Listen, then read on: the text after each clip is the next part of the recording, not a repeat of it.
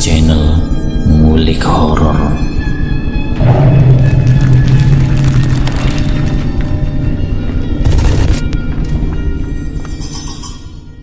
Assalamualaikum warahmatullahi wabarakatuh. Kembali lagi di channel Ngulik Horor. Channel ini menceritakan tentang kisah-kisah misteri. Kali ini saya akan membawakan kisah misteri yang ditulis oleh Restu Wiraatmaja. Kalian juga dapat mengunjungi tweet beliau langsung ya. Nanti link saya akan sediakan di kolom deskripsinya. Oh ya, di dalam cerita ini nama dan tempatnya disamarkan semua ya, untuk menjaga privasi pihak yang terlibat di dalamnya. Yuk, daripada kita lama-lama, langsung saja kita simak ceritanya. Bismillahirrahmanirrahim. Kali ini saya akan membawakan kisah misteri yang berjudul Dendam Sang Bunga Desa Karena Dibunuh Saat Hamil Muda. Kejadian ini bermula dari suatu tempat yang terkenal akan keangkerannya di daerah Jawa Barat. Ada satu jalan antara desa yang infrastrukturnya belum memadai dan letaknya membelah kebun serta sawah. Konon katanya ketika pembangunan jalan tersebut banyak warga yang menemukan tulang belulang manusia yang konon korban pembunuhan PKI. Sebut saja namanya Surti. Surti hidup pada masa itu bersama dengan suaminya. Sebut saja namanya Ujang. Mereka membangun sebuah keluarga yang penuh dengan keromantisan. Setiap Kang Ujang mau ke sawah, Surti selalu membawakan makanan kesukaannya, yaitu ubi rebus dan kopi hitam. Surti selalu memandangi suaminya Kang Ujang dari gubuk sawah. Dia ingin sekali mempunyai anak untuk dijadikan temannya. Namun keinginan itu belum terwujud hingga akhirnya Surti mengeluh kepada suaminya, yaitu Kang Ujang. Kenapa Surti susah hamil? Tanya Surti sambil memijiti punggung suaminya. Kang Ujang tidak menggubris pertanyaan itu karena kiranya sudah bosan. Kenapa diam saja? Tanya Surti dengan menampakkan muka kesalnya. Neng, kan urusan dapat keturunan atau tidak sudah menjadi ketentuan Tuhan. Tidak usah ragu atuh, jawab Kang Ujang. Bukan ragu Akang, Eneng teh nanya, kenapa gitu kita sulit dapat keturunan? Surti menampakkan logat manjanya. Kang Ujang tahu jika dalam keadaan seperti ini Surti meminta digendong hingga menuju rumah. Kang Ujang berdiri dan melepaskan kedua tangan Surti dari punggungnya. Suatu saat nanti kita pasti punya keturunan kok. Pasrahkan saja, ayo atuh pulang, rayu Kang Ujang. Deheman Surti membuat Kang Ujang semakin cinta karena langsung pipinya terlihat sangat cantik jika Surti berdehem. Hayu Neng, Kang Ujang menarik tangan Surti dan menggendong paksa tubuh Surti. Surti kegirangan dan tertawa bahagia. Dia beruntung mendapatkan seorang suami yang bisa menenangkan hatinya ketika sedang dalam keadaan kalut. Akang, jangan cepat-cepat, nanti jatuh. Akang, udah teriak Surti sambil tertawa. Akang mau buat Neng ketawa terus. Pegangan yang kuat ya Neng, pinta Kang Ujang. Setiap hari Kang Ujang selalu saja membuat Surti tertawa. Hal itu dimaksudkan untuk menyembunyikan sesuatu, bahwa sebenarnya Surti itu mandul. Kang Ujang tidak ingin membuat Surti sedih karena Surti mandul atau tidak bisa hamil. Hal itulah yang akan membuat Kang Ujang menjadi sedih. Setiap pagi hari Surti selalu pergi ke pasar untuk membeli sayur mayur. Jalan yang dilewatinya merupakan jalanan yang membelah sawah. Setiap Surti melewati jalan itu, dia seperti sedang dipantau oleh sesuatu. Dia mempercepat langkahnya sambil memandangi kanan kiri jalan. Hatinya was-was, pikirannya memunculkan ketakutan yang luar biasa. Yang ditakutkannya kali ini adalah apakah orang-orang PKI masih berkeliaran di desanya. Surti terus mempercepat langkahnya. Tubuhnya ringan sekali ketika berada dalam ketakutan. Hanya saja pikirannya agak kacau. Brak! Surti kemudian menabrak seorang pria dengan perawakan agak tinggi, namun berbadan sedang. Rambutnya ikal dan ditutupi oleh sanggul berwarna hitam. "Mbak, kenapa?" tanya pria itu. Tidak apa-apa," jawab Surti. "Mbak mau kemana?" tanya pria itu lagi. "Saya mau ke pasar, tapi ada beberapa orang yang mengikuti saya," ucap Surti. "Bolehkah saya antar?" tawar pria itu. Boleh," jawab Surti lagi. Surti terselamatkan oleh pria yang kemungkinan berasal dari Jawa Timur itu. Surti merasa aneh mengapa pria ini bisa berada di jalan sepi itu. Surti kemudian menjaga jarak dari pria yang bernama Joko itu.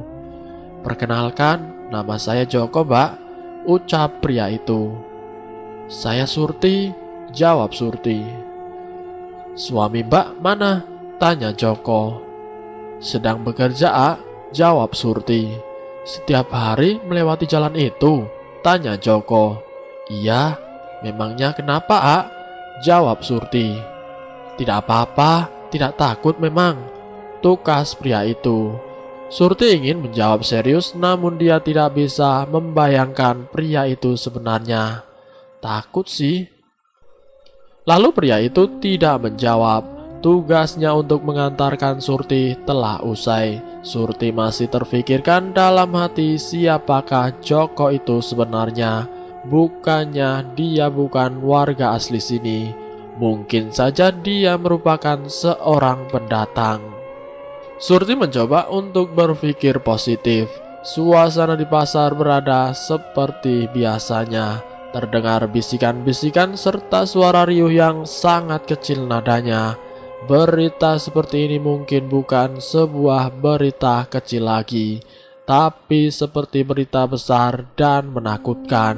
Surti mencoba untuk menguping beberapa ibu-ibu yang sedang membicarakan tentang desas-desus yang sedang dibicarakan akhir-akhir ini. "Kenapa ya akhir-akhir ini PKI muncul lagi?" Sepertinya kedua pembeli itu sedang membahas kemunculan PKI yang membuat resah warga. "Tidak tahu, mungkin sedang turun gunung," jawab temannya. Kalau bicara. Di dalam pikiran Surti, dia hanya tahu bahwa PKI pernah memporak-porandakan kampungnya dulu. Kini mereka kembali lagi. Si Surti, kamu tahu kalau PKI lagi turun gunung?" tanya pedagang. "Tidak tahu, Surti mah di rumah saja jagain Kang Ujang," jawab Surti. Iya benar, jagain atuh.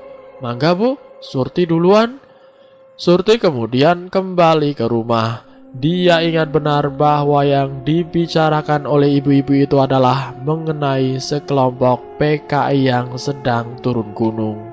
Pikirannya mulai terhubung akan masa lalu yang pahit dan menyedihkan.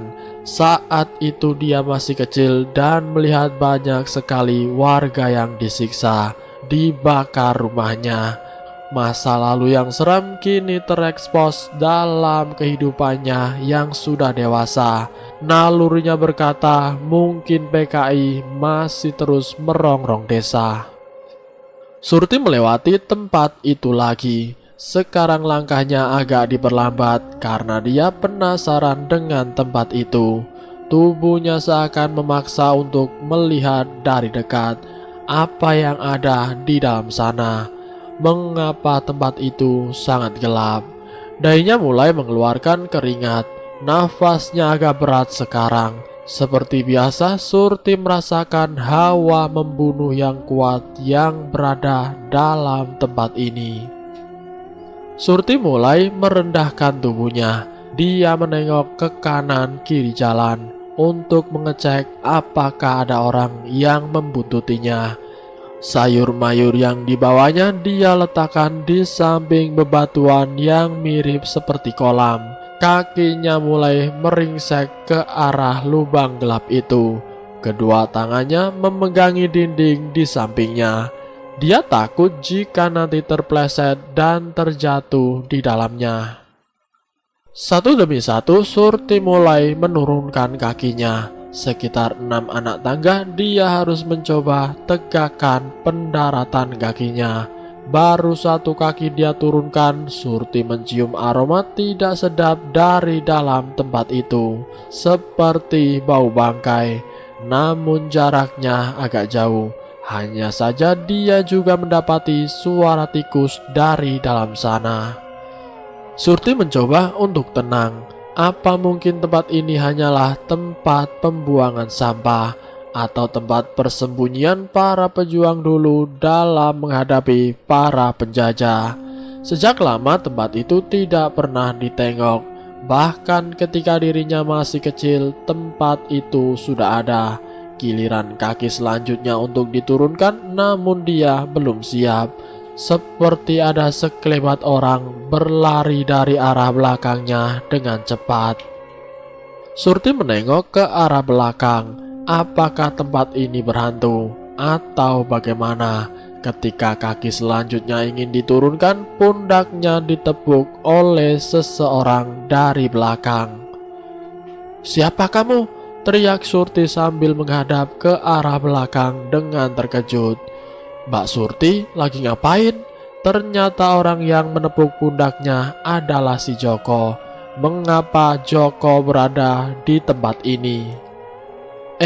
Joko, kenapa, tanya Surti. Loh, seharusnya saya yang tanya ke Mbak Surti. Kenapa datang ke tempat ini? Tanya balik Joko. Tadi aku melihat ada ular masuk sini, tapi sepertinya udah hilang. Surti mencoba untuk membuat alasan. Ular? Benarkah? Saya baru tahu kalau di dalam sini ada ular. Biasanya jika di dalamnya ada ular, kemungkinan tempat ini adalah sarang mereka, jawab Joko. Surti kaget mendengar hal itu. Dia langsung mengangkat kedua kakinya dan berdiri tegak. Kenapa, Mbak? Tanya Joko. Bilang di dalam sini ada sarang ular. Tahu dari mana? Tanya Surti. Loh, kan Mbak bilang ada ular masuk sini. Ular itu kan menyukai tempat yang lembab, apalagi tempat yang gelap dan tidak terjamah oleh manusia. Jenis ular ini seperti ular pohon, namun bisa juga kobra, jelas Joko. Surti semakin mati kutu. Dia seperti tidak sanggup lagi berbohong terhadap orang logis. Orang yang berbohong terhadap orang yang memiliki sifat kelogisan dalam berpikir itu membuat kebohongan akan terjebak dalam kebohongannya itu sendiri. Mbak Surti kok diam saja? Tanya Joko. Saya mau pulang dulu, jawab Surti. Surti tidak ingin berbicara lebih banyak lagi kepada Joko. Dia hanya menjaga jarak, siapa tahu ada fitnah yang mencoba untuk menjatuhkannya. Sesampainya Surti di rumah, dia mulai menyiapkan makan siang untuk suaminya. Hari ini agak telat mengantarkannya karena beberapa kendala. Mungkin juga Kang Ujang agak heran mengapa Surti telat menyiapkan makan siangnya. Setelah dirasa telah siap, Surti pergi ke sawah untuk menemui suaminya. Dia mengantarkan rantang yang berisi makanan kesukaan sang suaminya. Kang Ujang sudah tertidur pulas di tengah gubuk sambil menutupi wajahnya dengan topi campingnya. "Kang, makan yuk," tawar Surti. Kang Ujang terbangun, mungkin suaranya sangat dikenali olehnya, sehingga membuat dirinya terbangun dari tidur. "Akang tadi nungguin Eneng ya?" tanya Surti. "Eneng tumben lama banget atuh. Memangnya ada apa, Neng?" "Akang udah lapar dari tadi," ucap Kang Ujang. Kang Ujang membukakan satu persatu rantang yang telah berisi nasi dan lauk pauk. "Tadi di pasar rame-rame membahas tentang PKI turun gunung, Kang. Neng teh jadi takut atuh.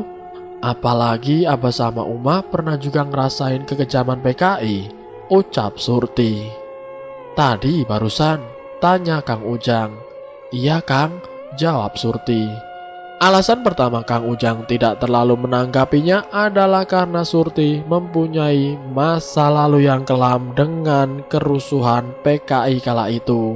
Lelaki yang baik akan menghalau dan menghilangkan masa lalunya dengan tidak membicarakan masa lalu terlalu jauh.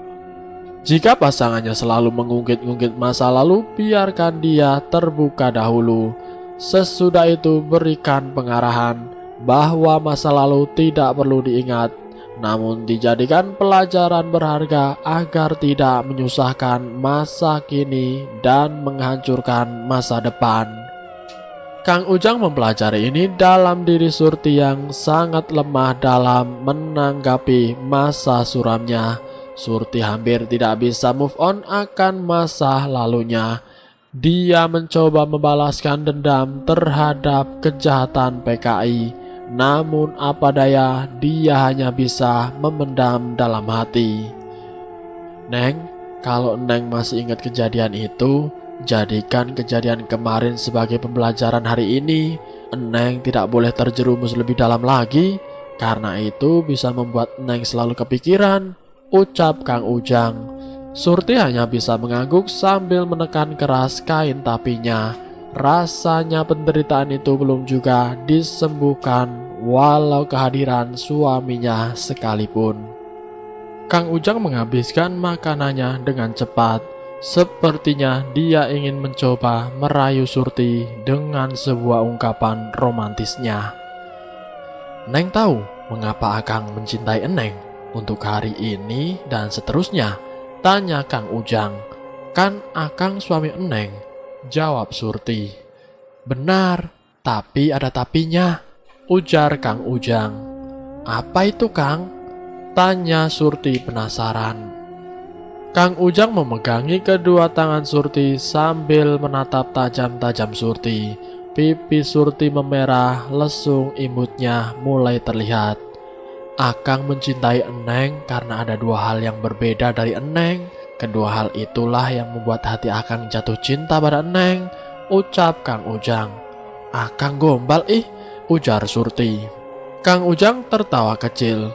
Mood Surti menjadi positif ketika Kang Ujang tertawa lepas dari pekerjaannya yang cukup keras itu. Hal pertama yang Akang suka dari Eneng adalah sikap Eneng yang setia.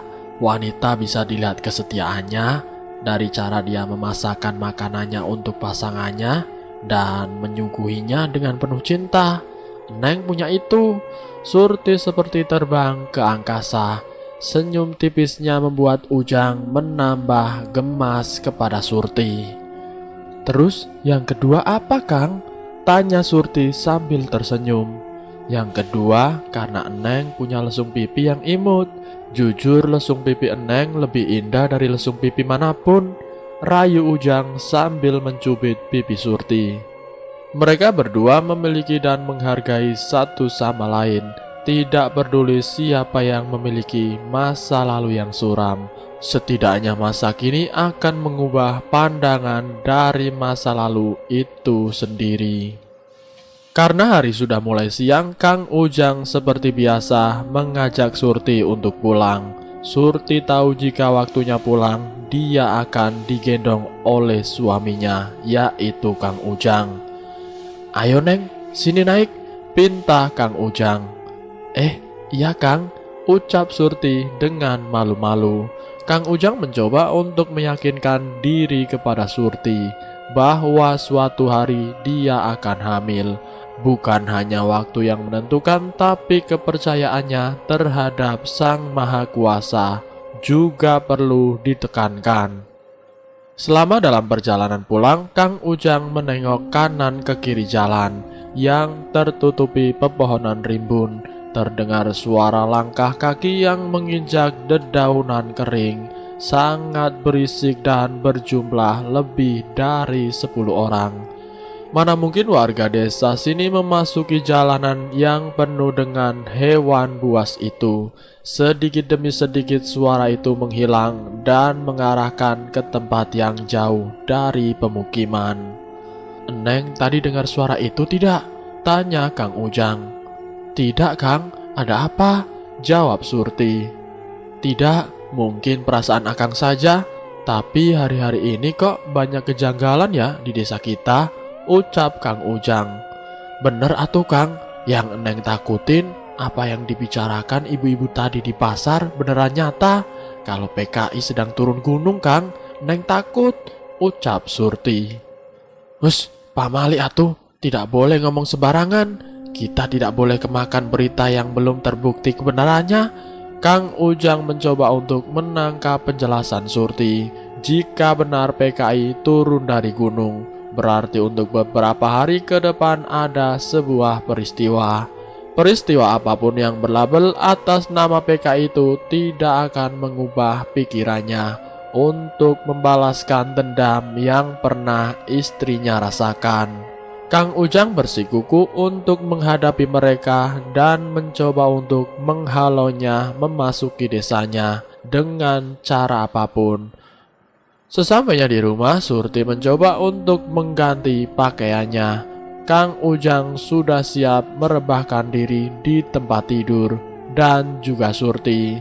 Dia memakai gaun berwarna merah, sangat cantik dan tampak dewasa. Neng, ini beneran Neng kan? Tanya Kang Ujang sempat kaget. Iya tuh Kang, ada apa emangnya? Tanya Surti. Neng beneran cantik. Akang teh pangling lihat Neng, jawab Kang Ujang. Surti tersenyum melihat respon hangat dari suaminya. Tidak bisa dibayangkan dia selalu memujinya dan selalu mencintainya tanpa alasan. Surti langsung memeluk suaminya dan menangis terseduh-seduh. Baru kali ini dia merasakan getaran cinta yang langsung mengenai hatinya. Surti si kembang desa benar-benar bahagia karena mendapati pemuda yang sabar dalam mencintai dirinya. Neng kenapa nangis? Tanya Kang Ujang. Kang, Akang kenapa baik sekali sama Neng? Kenapa Akang cinta mati sama Neng? Neng bersyukur bisa hidup bersama-sama dengan Akang, ucap Surti. Kang Ujang tersenyum dengan kedua matanya yang berkaca-kaca. Neng, Akang cinta Neng kok. Neng jangan sedih dan nangis terus ya. Kan ada Akang yang selalu jaga Neng, ucap Kang Ujang. Tiada yang lebih diharapkan dari sebuah keluarga terkecuali kasih sayang dan saling mencintai. Keluarga yang diidam-idamkan oleh kebanyakan orang adalah keluarga yang bisa saling melengkapi. Hari itu Surti benar-benar menjadi wanita yang kuat. Dia percaya diri untuk tetap hidup karena ada sosok laki-laki yang mencintainya tanpa tapi, yaitu Kang Ujang. Keromantisan ini menambah kental ketika 1 bulan setelahnya Surti dikabarkan tengah hamil muda. Kang, Neng hamil Kang, ucap Surti. Alhamdulillah, Neng benar kan? Tuhan itu tidak tidur dan maha adil, jelas Kang Ujang. Surti memegangi perutnya sambil membacakan doa pengantar kebaikan terhadap si jabang bayi. Kegiatan Surti yang juga terpaksa dikurangi untuk menjaga kesehatan si bayi. Neng jangan kerja berat-berat ya, tukas Kang Ujang. Tidak Akang, Neng tidak akan bekerja berat kok. Akang kali yang bekerja berat, jawab Surti. Maksud Akang teh, Neng dikurangin dulu kerjaannya. Neng tidak usah ke pasar lagi, Akang saja yang ke pasar, jawab Kang Ujang. Akang mah, mana bisa laki-laki bisa beli bahan makanan? Ini mah tugas perempuan atuh, jelas Surti. Tapi atuh Neng, Akang khawatir, ujar Kang Ujang. Khawatir naon atuh Kang? Jawab Surti. Kang Ujang mendekati Surti dan memeluknya dengan mesra. Neng yang sehat-sehat ya, Akang tidak mau Neng kenapa-kenapa, ucap Kang Ujang. Iya tuh Kang, Neng bakal jaga diri kok, ucap Surti. Surti berpamitan kepada Kang Ujang untuk menuju pasar. Kang Ujang pun mengizinkannya. Namun ada sesuatu yang terbesit dalam pikiran Kang Ujang. Dia masih khawatir dengan Surti. Apalagi momen ini sangat ditunggu-tunggu olehnya, yaitu Surti berhasil hamil. Surti melewati jalanan yang sama, jalan alternatif tercepat untuk menuju pasar. Sebuah jalan di mana rerimbunan pohon masih asri dan terdengar suara berisik para hewan liar di dalamnya. Langkahnya agak santai. Dia mencoba untuk tenang dan bersikap biasa saja. Namun dia merasa ada yang mengikutinya dari belakang. "Ih, siapa sih yang ngikutin Neng terus?" ucap Surti. Dia menengok ke kanan dan ke kiri jalan, belakang dan juga depan. Namun tidak ada satupun orang yang terlihat. "Masa ia setan? Amit-amit," ucap Surti sambil memegangi lehernya karena merinding. Surti berjalan kembali menuju pasar. Kini langkahnya agak cepat sedikit. Dia sudah tidak tahan dengan keadaan seperti ini. Kresek, kresek. Suara langkah kaki yang menginjakan dedaunan kering membuat Surti berhenti sejenak. Dia menoleh ke arah belakang secara perlahan. "Hai Surti," ucap pria berambut ikal dan berlogat Jawa itu. Kamu?" jawab Surti. "Maaf mengganggu, ada hal yang ingin aku sampaikan kepada kamu Surti," ucap lelaki yang bernama Joko itu. Joko ngagetin aja, aku merinding tahu." Surti mulai kesal. "Maaf Surti, maaf, tapi kamu jangan ke pasar sekarang ya. Keadaan pasar sudah berapa setelah 1 bulan kemarin?" Joko menjelaskan keadaan pasar saat ini. Dia meminta Surti untuk tidak pergi ke pasar untuk hari ini dan beberapa hari ke depan karena ada sesuatu yang tidak baik dari tempat itu. "Ih, kenapa tuh?" tanya Surti. "Pokoknya jangan aja," gertak Joko. "Ih, kenapa?" tanya Surti penasaran. Surti mulai menanyakan hal itu. Ada apa sebenarnya dengan tingkah laku Joko? Mengapa dia melarang Surti untuk pergi ke pasar? "Surti, di tempat itu banyak mata-mata PKI. Kamu lebih baik tidak ke sana," jelas Joko. "Terus Kang Ujang mau makan apa tuh kalau Surti tidak ke pasar?" Surti mulai tidak tahan dengan sifat Joko yang agak beda. Dia seperti menekankan kepada Surti untuk tidak menuju pasar. "Bukan itu, soalnya kamu kan kembang desa ini. Walaupun kamu sudah menikah, orang-orang masih menganggap kamu belum menikah," ucap Joko. "Aduh, kok gitu?" ucap Surti. Joko hanya terdiam. Sepertinya usahanya hanya sia-sia. Apakah pelarangan ini karena didasari oleh cinta atau hanya sekedar perasaan iba? "Joko, Surti mah baik-baik saja kok. Soalnya Surti juga cuma sebentar ke pasarnya," ucap Surti. "Tapi Sur," Joko, "Surti pergi ya," jelas Surti. Surti pun meninggalkan Joko dan melanjutkan perjalanannya kembali menuju pasar.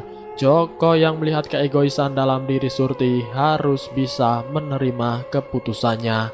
Namun apapun itu Joko tetap mengawasinya dari kejauhan. Perlahan Surti mencerna perkataan Joko tadi. Apa benar ada mata-mata yang mengintai Surti? Mungkinkah kejadian 1 bulan yang lalu Surti telah dimata-matai oleh mereka? Kemudian Surti memasuki pasar dengan menutupi mulutnya dengan kain merah. Dia mencoba untuk tidak menatap ke kanan dan ke kiri di sekelilingan agar tidak dicurigai. Benar saja ada 20 orang laki-laki sedang berkumpul di dekat pohon yang rindang. Mereka ternyata sedang menunggu kehadiran Surti. "Itu bos, si kembang desanya," tukas salah satu pemuda itu. "Siapa itu?" tanya si bos dari perkumpulan itu. "Namanya Surti bos," jelas temannya. Si bos itu sekejap mata melihat sosok Surti itu, lalu menghilang dengan cepat. "Kemana si Surti itu?" tanya si bos.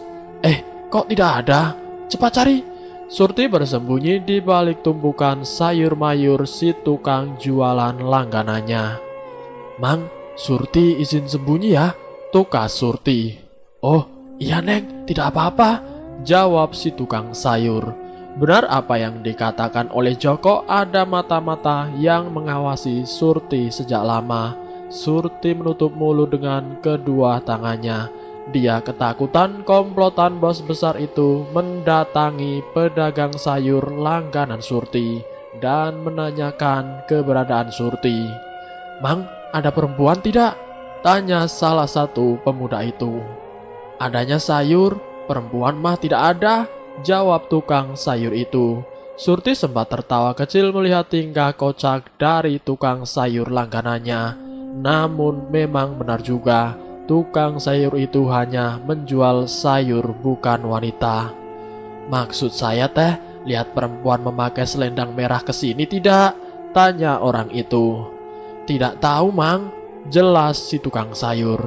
Surti memegangi celana tukang sayur itu sambil memberikan kode. Tukang sayur itu mengangguk kecil. "Sepertinya dia lagi beli buah-buahan di warung sebelah sana," ujar tukang sayur itu sambil menunjukkan arah. "Oh, gitu, hatur nuwun Mang," jawab Surti. Iya sami-sami," jawab tukang sayur itu. Surti menghela nafas. Mata-mata itu telah pergi meninggalkan tempat persembunyiannya. "Mang, hatur nuwun ya," tukas Surti. "Ya tuh Neng, udah sana pulang cepat," jawab si tukang sayur itu. Surti beranjak dari tempat persembunyiannya dan segera keluar dari pasar.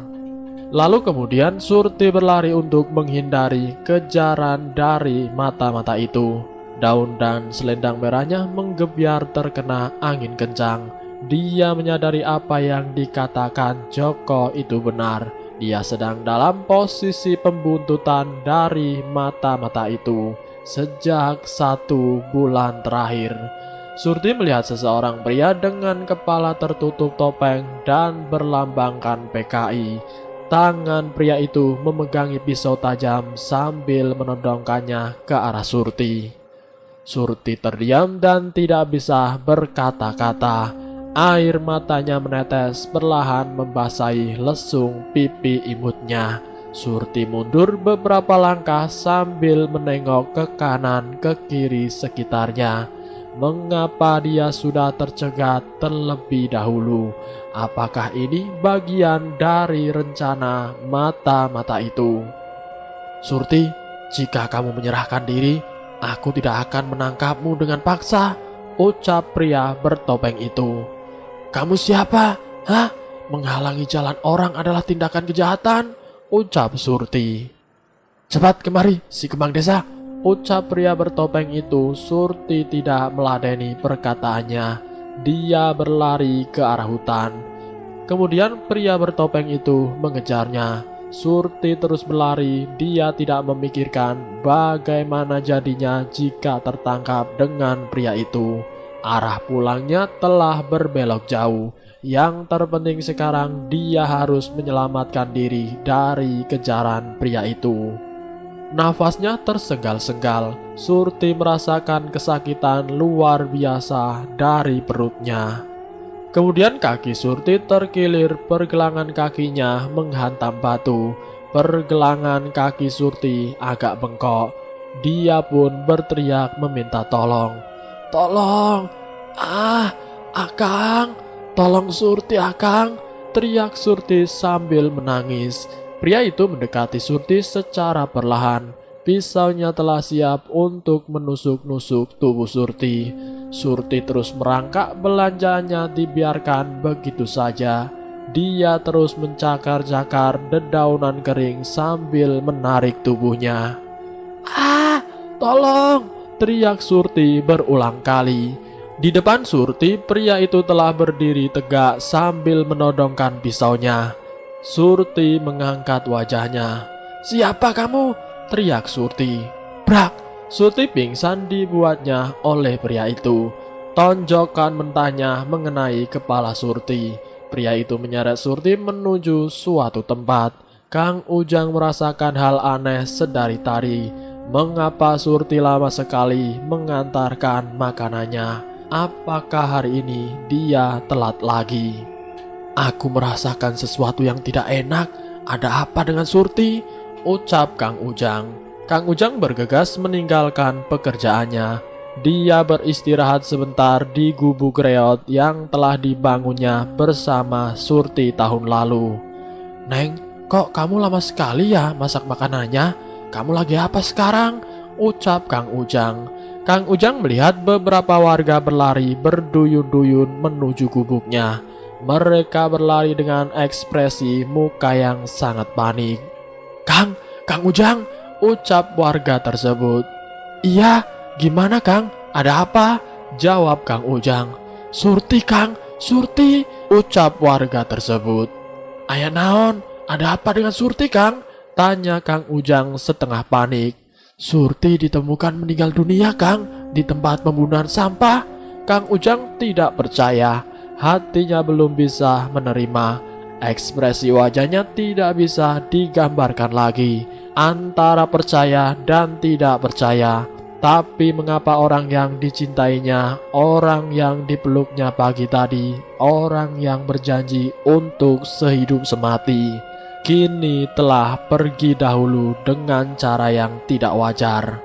Kang Ujang, sadar Kang, ucap warga itu. Surti meninggal, ucap Kang Ujang dengan wajah datar. Kang, ayo atuh, kita ke tempat kejadian, ajak warga itu. Tidak, Surti tidak boleh meninggal, dia berjanji sehidup semati.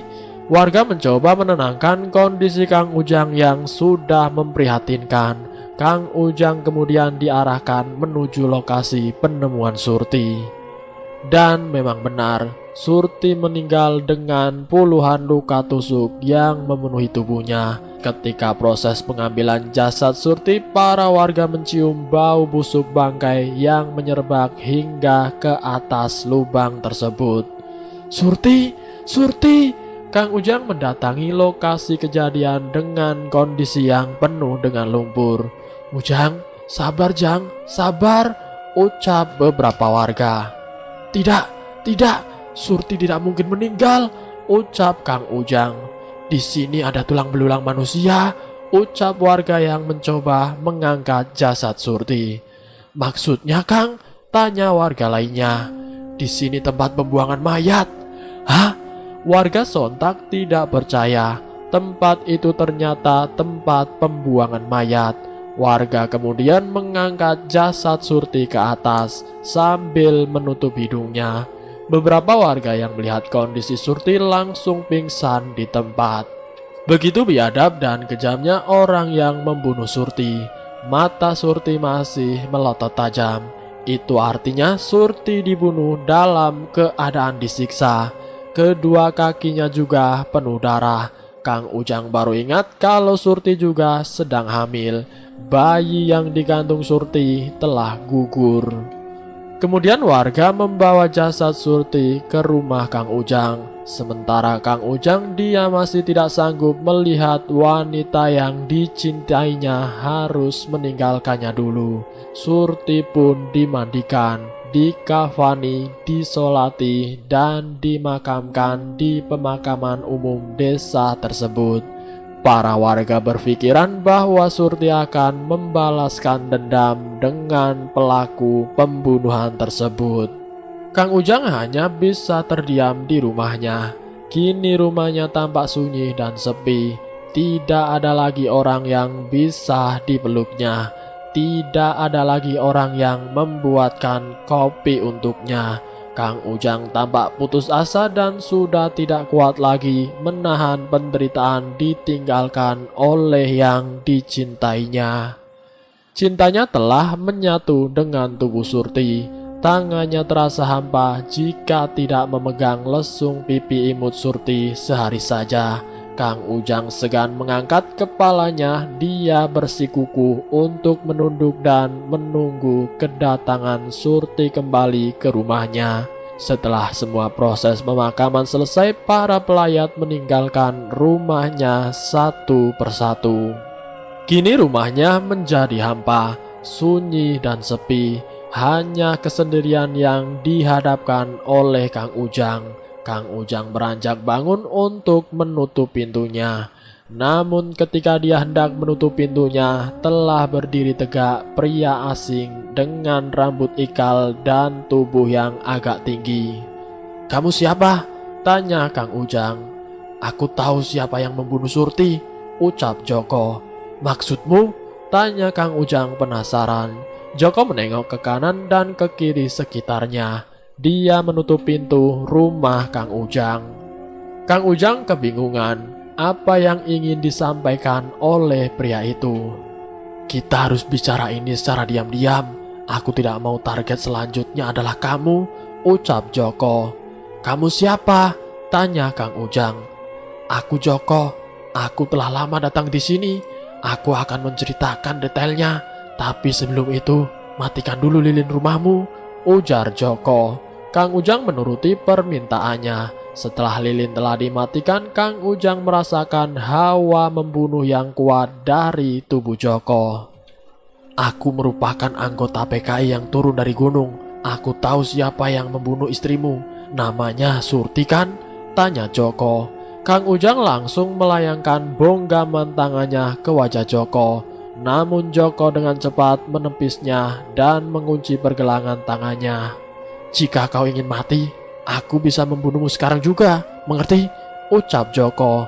Kang Ujang mencoba untuk menenangkan diri.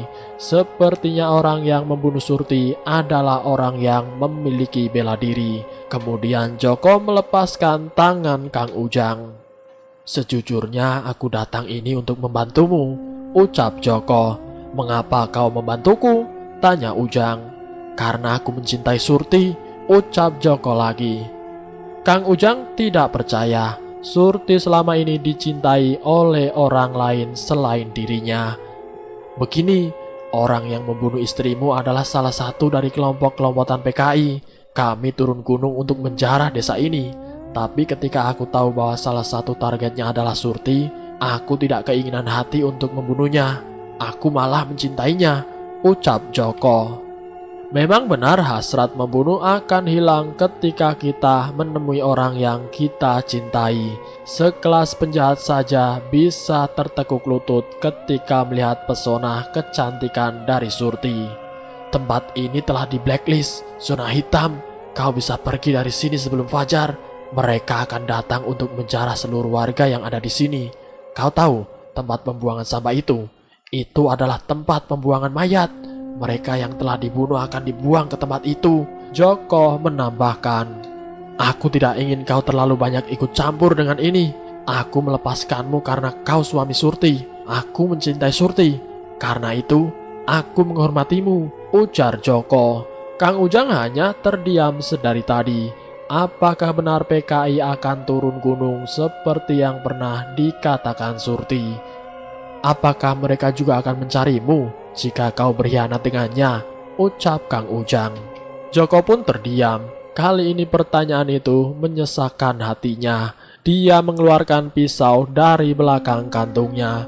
Joko melepaskan sapu tangan miliknya. Dia melukai tangannya sendiri. Darahnya berjatuhan di lantai rumah Kang Ujang. Pengkhianat seperti darah yang menetes. Dia akan terus keluar selama lukanya belum tertutup. Artinya, dia akan terus selamat selama kau mau tutup mulut, Joko menambahkan.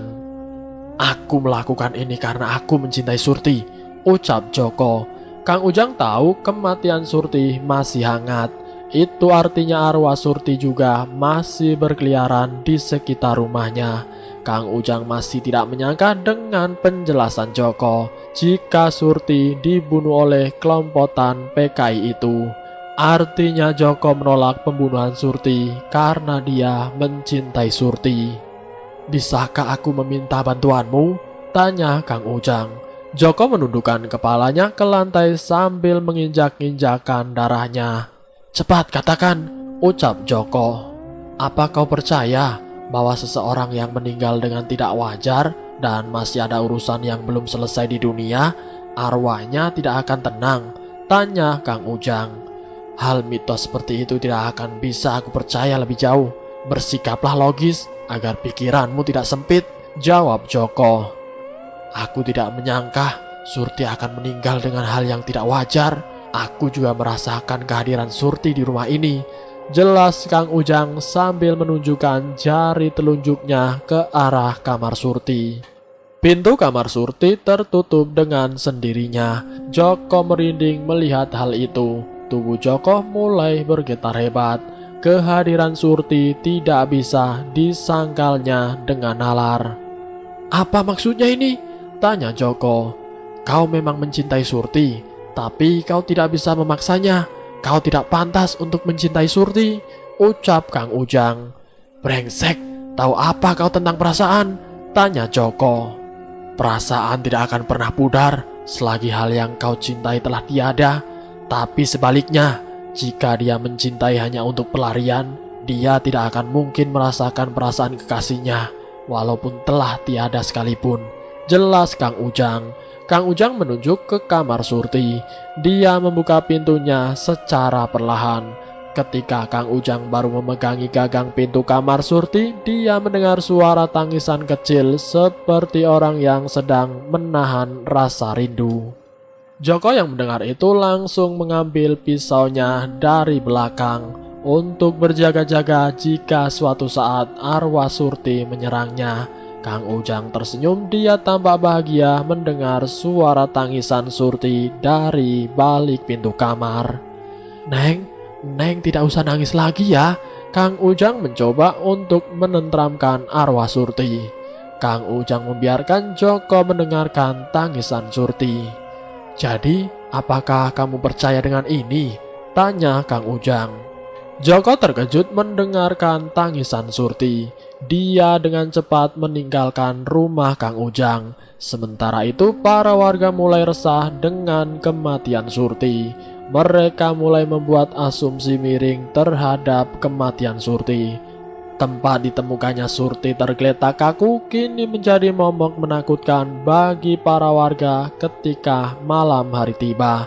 Konon si Surti sering menampakkan diri di tempat itu dengan kondisi wajah yang penuh dengan amarah dan dendam. Anehnya apa yang dikatakan Joko tidaklah benar. Faktanya komplotan PKI tidak turun gunung. Hal ini membuat Kang Ujang mulai bertanya-tanya, siapakah pembunuh Surti sebenarnya?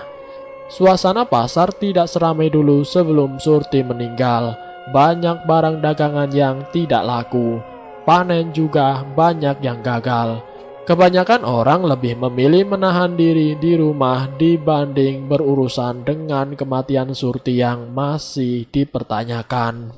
Kang Ujang, punten, tolong atuh makam Surti dipindahkan dari desa ini.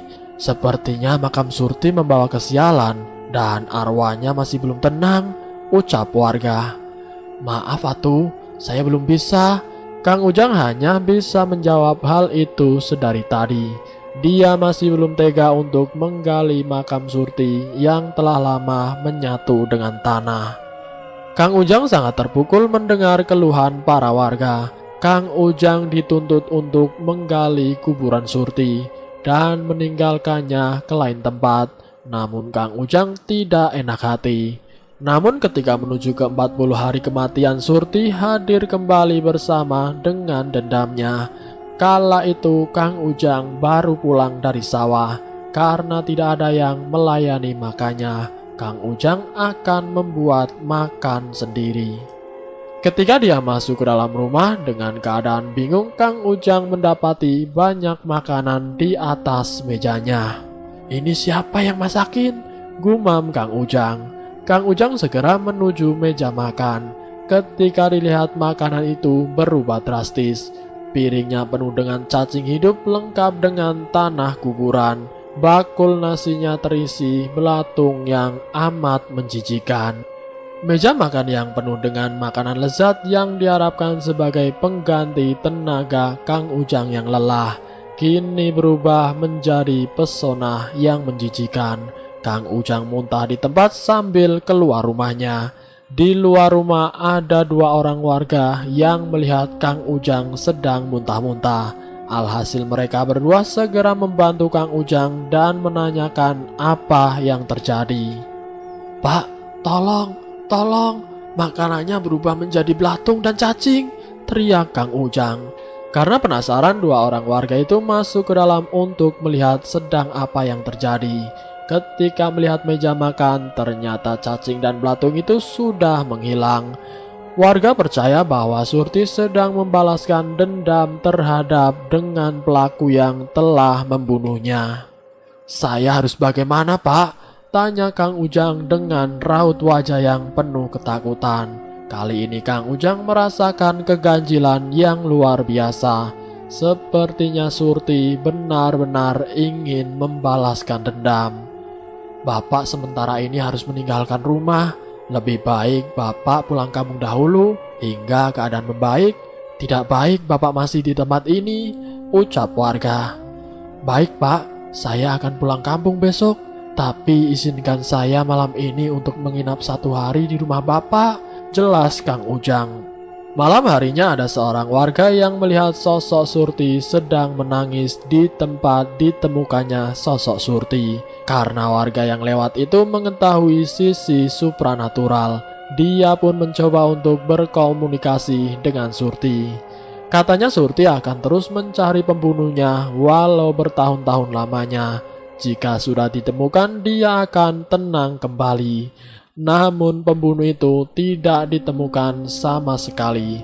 Hingga Kang Ujang meninggal dunia, teror Surti masih terus menghantui tempat itu. Lalu siapakah Joko? Kang Ujang tidak tahu mengapa Surti belum juga tenang. Apakah orang yang membunuhnya ternyata orang terdekat Kang Ujang? Narasumber beralasan bahwa yang membunuh Surti adalah Joko itu sendiri. Joko tidak ingin Surti hamil karena Kang Ujang. Hingga kecemburuannya mengikat Surti tetap ingin mencintai Kang Ujang. Isu tentang PKI pun hanya buatan Joko semata, agar Surti takut dan meminta perlindungan kepadanya. Hal ini dijadikan sebagai bahan pertimbangan Surti untuk memilih Joko daripada Ujang. Setelah beberapa tahun lamanya, beberapa meter dari tempat ditemukannya Surti meninggal dunia, telah dibangun pabrik beras yang besar. Para pekerja di sana kerap diganggu oleh sosok Surti. Dari sering membonceng motor pada tengah malam, menangis bahkan tertawa sambil memegangi pundak para pekerja yang pulang malam karena lembur. Yang lebih mengejutkan, beberapa hari kemarin sosok Surti muncul dan menyebabkan kecelakaan besar antara truk dengan motor. 2 orang tewas dalam kecelakaan tersebut. Supir truk meyakini bahwa sebelum dia menabrak, ada sosok wanita bergaun merah tengah melintas sembarangan. Supir truk kehilangan kendali dan menabrak motor yang dikendarai 2 orang itu. 2 pengendara itu meninggal dunia.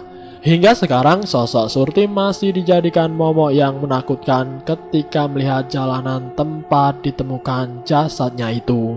Jika tidak izin dan membunyikan klakson, konon sosok Surti akan mengganggunya. Kejadian lainnya ketika ada pengendara motor yang menjemput adiknya untuk pulang ke rumah. Sebut saja namanya Mas Wawan. Mas Wawan menjemput adiknya di tempat depan pabrik beras tersebut. Ketika sampai, dia mendapati adiknya menunduk lesu dengan pandangan yang sangat dingin. Mas Wawan menyuruh adiknya untuk naik ke motornya dengan cepat. Ketika dalam perjalanan, adik Mas Wawan hanya diam tanpa suara dan ekspresi apapun. Namun ketika dia tengah perjalanan, Mas Wawan ditelepon oleh seseorang. Karena kemungkinan penting, Mas Wawan memperlambat motornya dan mencoba mengangkat ponselnya. Ketika diangkat, ternyata yang menelpon adalah adiknya sendiri. Dan ketika melihat di spion motornya, ternyata wanita bergaun merah itu adalah Surti. Surti terbang sambil menertawakan Mas Wawan. Saking merindingnya Mas Wawan, seluruh tubuhnya gemetar tidak henti-henti. Sampai sekarang pun sosok Surti masih mengganggu para pekerja, warga, dan yang lainnya. Kata warga di sana, sosok Surti tidak akan hilang dendamnya sebelum membalaskan dendamnya kepada si pembunuhnya. Cerita ini diekspor dari salah satu tempat di daerah Jawa Barat yang terkenal dengan teror kuntilanak merah, dan itu adalah Surti. Dan selesai. Semoga kisah kali ini bisa menjadi pengetahuan buat kita semua. Semoga kita dijauhkan dari hal yang tidak kita inginkan, dan semoga pula kita selalu dalam lindungan Allah Subhanahu wa Ta'ala. Ambil sisi positifnya dan buang jauh-jauh sisi negatifnya. Terima kasih sudah mampir di channel kami. Jika kalian tertarik dengan video kami, silahkan tekan tombol like, share, dan komen. Tekan subscribe untuk mengikuti video kami selanjutnya. Wassalamualaikum warahmatullahi wabarakatuh.